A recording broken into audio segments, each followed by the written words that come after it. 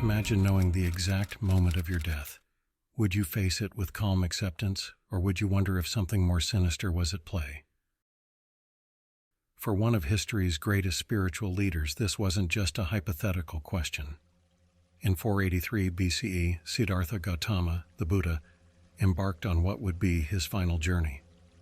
At 80 years old, his body was failing, but his mind remained as sharp as ever. He knew his time was near, but was it simply old age? Or did something more deliberate hasten his end? I'm Peter, and today we're diving deep into the mystery of Buddha's last days. We'll follow his final footsteps, decode his parting wisdom, and unravel the shocking controversy. Was Buddha poisoned? Why does the death of the Enlightened One still captivate us more than 2,500 years later? What secrets did he take to the grave? And what lessons did he leave behind for us? This is the untold story of Buddha's final days, a journey of mystery, wisdom, and perhaps betrayal. Buddha's final journey began in the city of Rajagaha. At 80 years old, his body was frail, but his mind remained sharp as ever. Despite his weakening health, Buddha insisted on traveling north to Kushinagar, a journey of over 200 miles. As Buddha and his loyal disciple Ananda set out, whispers spread among the followers. Why this arduous trek? Why now? Some claim Buddha chose this path knowing it would be his last. Others saw it as a final test of his teachings on impermanence and detachment. Along the way, Buddha stopped at villages and towns, offering teachings and comfort to those he encountered. He spoke of the inevitability of change, the importance of compassion, and the path to liberation. Each step brought him closer to his final resting place, yet he remained focused on guiding others until the very end. The journey was not easy. Buddha's health deteriorated with each passing day. Yet, he pressed on, demonstrating the very resilience and mindfulness he had taught for decades. This final pilgrimage became a living lesson, showing his followers how to face life's greatest challenge, death itself, with grace and wisdom.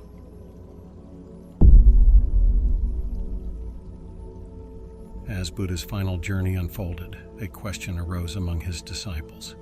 Did he know his end was near? The evidence suggests he did. In the Mahaparinibbana Sutta, a famous Buddhist text detailing Buddha's final days, Buddha declares to Ananda, 3 months from now, the Tathagata will pass into final nirvana.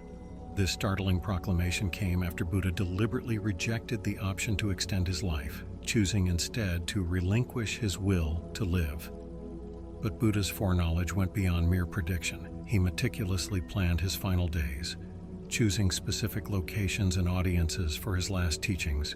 He settled old disputes, gave final instructions to his disciples, and even arranged the details of his own funeral. This awareness didn't lead to fear or despair. Instead, Buddha used his impending death as a powerful teaching tool.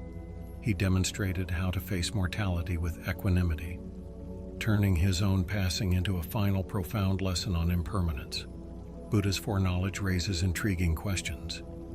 Was this a display of superhuman insight? Or was it the calm acceptance of a man who had spent a lifetime preparing for this moment? Whatever the case, Buddha's approach to his own death became one of his most enduring teachings. As Buddha's journey neared its end, he and his disciples arrived at the small village of Pava. Here, a devout metalsmith named Kunda invited Buddha to his home for a meal. Little did Kunda know this simple act of generosity would become one of the most talked about meals in religious history. Kunda prepared a special dish for the revered teacher, Sukara Madhava. The exact nature of this food remains a mystery.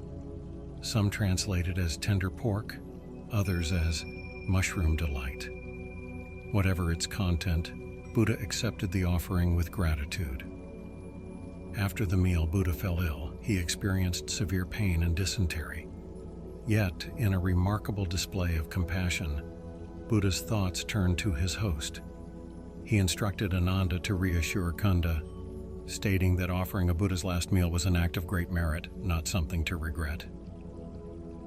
Despite his worsening condition, Buddha insisted on continuing to Kushinagar. He trudged on, stopping frequently to rest, his resilience a final lesson to his followers.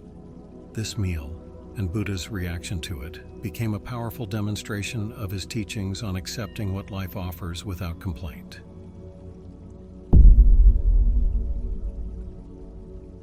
The nature of Buddha's final meal has sparked centuries of debate and controversy.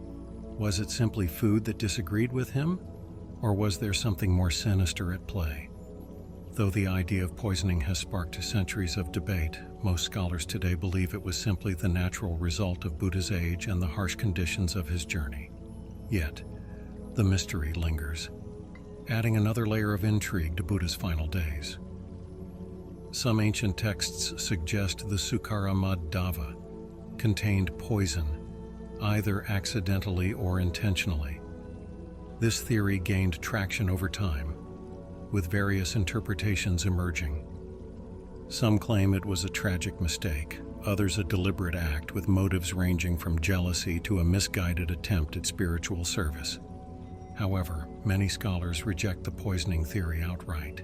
They argue it's a later addition to the story, possibly meant to draw parallels with other religious figures or to emphasize Buddha's superhuman endurance. These experts point out that Buddha's symptoms align with natural causes, given his advanced age and the rigors of his final journey.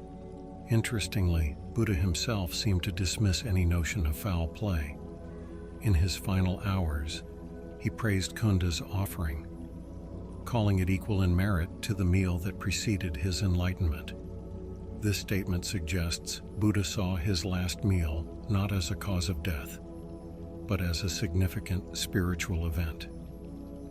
The controversy surrounding Buddha's last meal serves as a reminder of the complex interplay between history, legend, and spiritual teaching in religious narratives. Whether poisoned or not, this meal became a powerful symbol of Buddha's teachings on acceptance, impermanence, and the illusory nature of physical existence. After his arduous final journey, Buddha arrived at Kushinagar, a small town nestled in the foothills of the Himalayas. This seemingly unremarkable place was destined to become one of Buddhism's most sacred sites. As they entered the town, Buddha directed Ananda to prepare a resting place between two sal trees. The choice was deliberate. Buddha had been born under a sal tree, and now he would pass away between them, completing the circle of his earthly existence. Despite his weakening body, Buddha's mind remained clear. He used this moment to impart a final lesson on impermanence. He told Ananda, "All compounded things are subject to decay. Strive with diligence." Even in choosing his final resting place, Buddha turned the act into a teaching. The setting sun painted the sky in vibrant hues as Buddha lay down on his right side, his head facing north. The sal trees, as if sensing the momentous occasion, burst into unseasonal bloom, showering pale petals upon the dying sage. Kushinagar, once an obscure town, was about to witness an event that would echo through millennia. The stage was set for Buddha's final teachings, his last breaths, and his passage into parinirvana, the ultimate release from the cycle of rebirth. As Buddha reclined between the sal trees, he seized this final opportunity to impart his most essential teachings. Despite his failing body, his mind remained razor-sharp, his words carrying the weight of a lifetime's wisdom.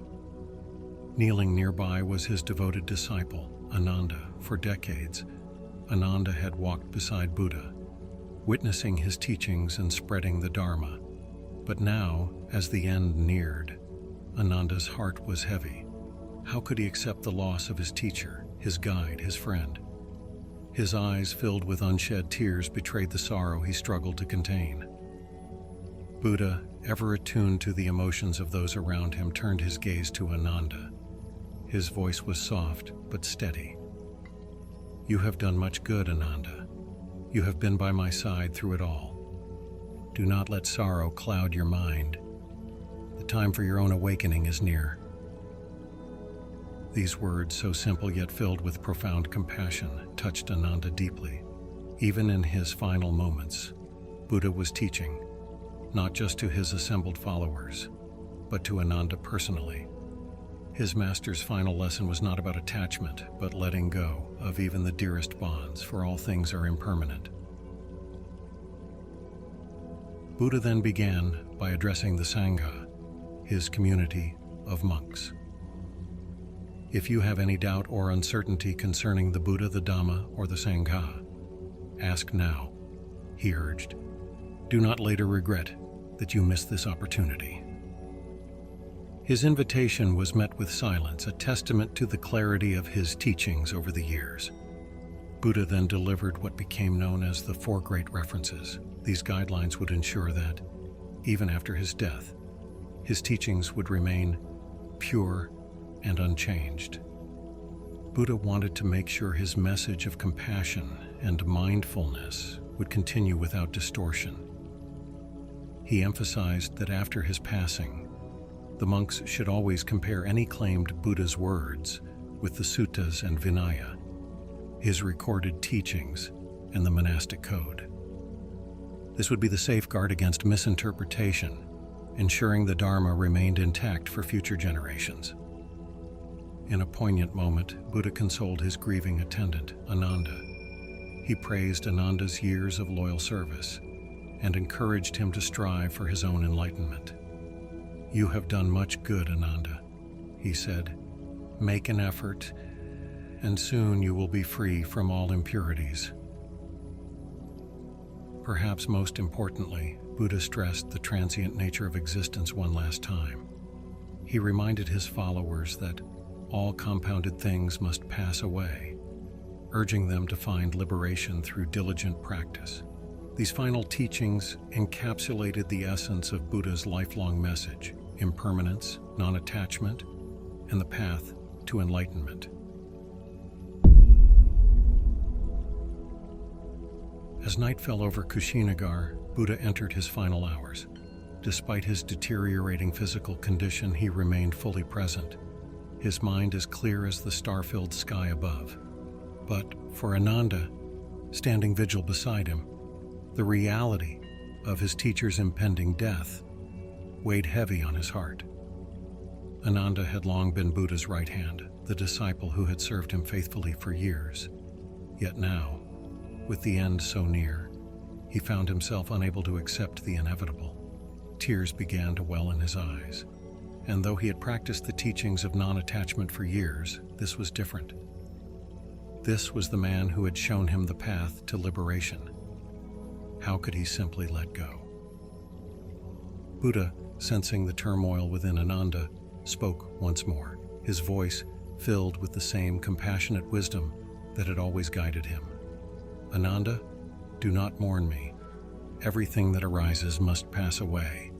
Even this body is subject to decay. What I have taught you is the truth. Cling not even to this." Ananda, though still deeply saddened, felt a wave of peace wash over him. His master's final words were a balm for his grief. It was a reminder that even the most precious bonds must one day be released. And in that moment, Ananda understood that the greatest act of love was to let go. During these precious moments, Buddha displayed extraordinary compassion. When he heard that an ascetic named Siddhartha wished to speak with him, Buddha overruled Ananda's protective objections. "Let him come," Buddha said, "for he asks for enlightenment." In his last hours, Buddha still sought to guide others toward liberation. Siddhartha's encounter with the dying Buddha proved transformative. After a brief discourse, Siddhartha became Buddha's final direct disciple. finding enlightenment mere hours before Buddha's passing. This last conversion underscored Buddha's unwavering commitment to teaching until his final breath. As midnight approached, Buddha addressed his assembled disciples one last time. He encouraged them to continue their spiritual practice diligently, reminding them that all composite things are subject to dissolution. Even in these final moments, he embodied the equanimity he had taught throughout his life. The air grew thick with emotion as Buddha's breaths became shallower. His disciples, realizing these were truly the last moments with their teacher, struggled to come to terms with the impermanence Buddha had so often spoken about. The final hour of the Enlightened One had arrived, marking the end of an era and the beginning of a lasting legacy.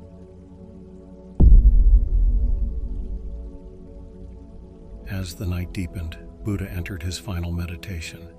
The assembled disciples watched in reverent silence as their teacher demonstrated, one last time, the power of a mind fully awakened. Buddha began to move through the jhanas, the deep meditative states he had mastered decades ago. His breathing slowed. His body became still, yet a subtle radiance seemed to emanate from him. Even in his last moments, Buddha was teaching, showing how to face death with complete awareness and serenity. Suddenly, the earth trembled. A soft light enveloped the sal grove. Buddha opened his eyes, gazed at his disciples with infinite compassion, and uttered his last words. Then, with a final exhalation, he entered parinirvana, the state beyond birth and death. For a moment, time stood still. The gathered monks, despite years of teaching on impermanence, found themselves stunned by the finality of this moment. Anuruddha, one of Buddha's chief disciples, broke the silence. When the master attained final nibbana simultaneously with his parinibbana, Brahma Sahampati recited this stanza: "All must lay aside the aggregate in this world. A master such as this, a supreme person, a conqueror with power of wisdom, the Tathagata, has attained nibbana." As dawn broke, casting its first light on the sal grove, the news began to spread. The Buddha, the Enlightened One, had passed into final nibbana. An era had ended, but the impact of this moment would ripple through centuries to come.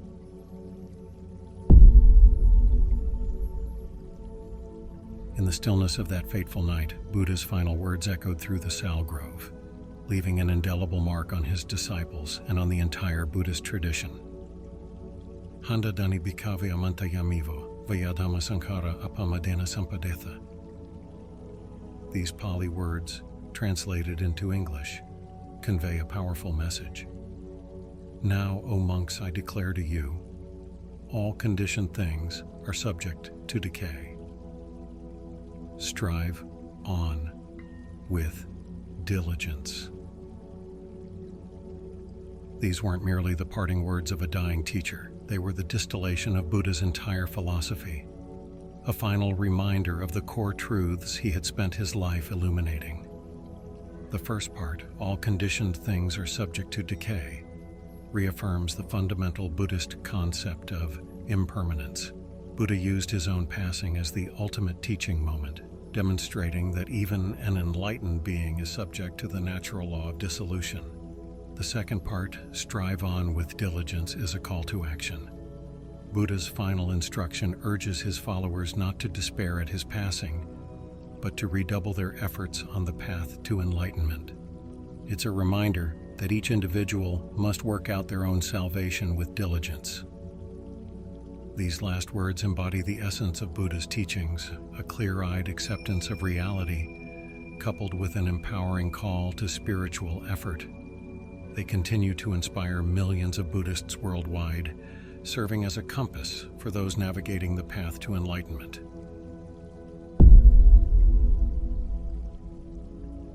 As the first rays of sunlight pierced the sal grove, the reality of Buddha's passing began to sink in. The reactions among his disciples were as varied as human emotion itself. Some of the younger, less advanced monks wept openly, their cries piercing the morning air. Too soon has the Blessed One passed away, they lamented, overwhelmed by grief. Others sat in stunned silence, grappling with the profound loss. In stark contrast, the elder monks who had absorbed Buddha's teachings more deeply remained composed. Anuruddha, displaying remarkable equanimity, reminded the gathering, "Enough, friends.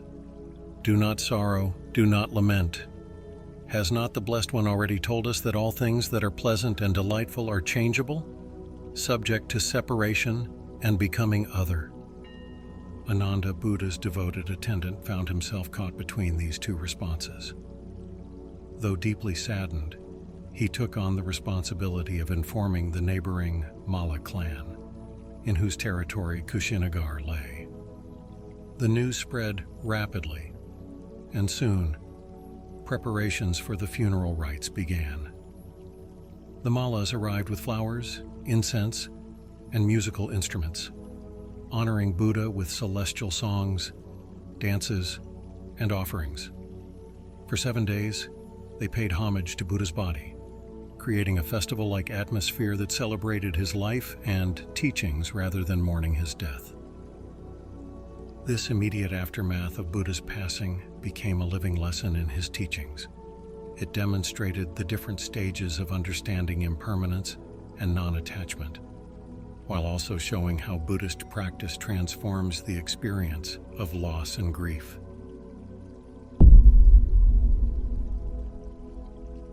Buddha's death marked not an end, but a beginning. His passing into parinirvana set in motion a legacy that would shape the spiritual landscape of the world for millennia to come. In the days following his death, Buddha's closest disciples gathered to preserve his teachings. This led to the first Buddhist council, where Buddha's words were collected and codified, ensuring his wisdom would endure long after his physical form had gone. This act of preservation laid the foundation for Buddhism's spread across Asia and eventually the globe. Buddha's final days became a powerful teaching in themselves. His foreknowledge of death, his final journey, and his serene passing all serve to reinforce his core teachings on impermanence and the importance of mindful living. These events, as much as his words, continue to inspire Buddhist practitioners today. The manner of Buddha's death also had a profound impact on Buddhist philosophy. It underscored the truth that even the most enlightened being is subject to the laws of nature, reinforcing the Buddhist view of the fundamental nature of reality. Perhaps most significantly, Buddha's passing transformed him from a living teacher to a universal symbol of enlightenment. Temples, statues, and stupas containing his relics spread across the world, serving as focal points for devotion and reminders of his teachings. Today, over 2,500 years after his death, Buddha's influence continues to grow.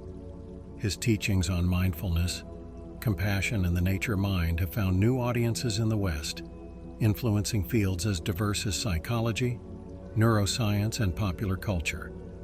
In his death, as in his life, Buddha left us with a profound truth that true immortality lies not in the preservation of the body, but in the enduring impact of wisdom shared and lives transformed. As we conclude our exploration of Buddha's final days, we're left with a profound sense of how one life and one death can echo through the ages. Buddha's passing wasn't just an end, but a final, powerful lesson, a demonstration of his teachings on impermanence, mindfulness, and the path to liberation. From his foreknowledge of death to his last words, Buddha showed us how to face life's greatest challenge with grace and wisdom. His journey reminds us that every moment is an opportunity for awakening, even, perhaps especially, our last. But the story of Buddha's death isn't just a historical account or a religious tale. Buddha's final moments remind us of an uncomfortable truth. Our time here is limited, but in that truth lies freedom. What would you change if you knew today was your last? How can we, like Buddha, live fully and with purpose, knowing that every moment is precious? So, I challenge you, take Buddha's last words to heart. Remember that all things are subject to change, and let that knowledge spur you to action. What will you do today, this week, this year, to live more fully, more mindfully? Share your thoughts in the comments below. How has this exploration of Buddha's final days impacted you? What lessons will you carry forward? If you found value in this video, please like and subscribe to Buddha's Wisdom. We have many more videos diving deep into Buddha's teachings and how they apply to our modern lives.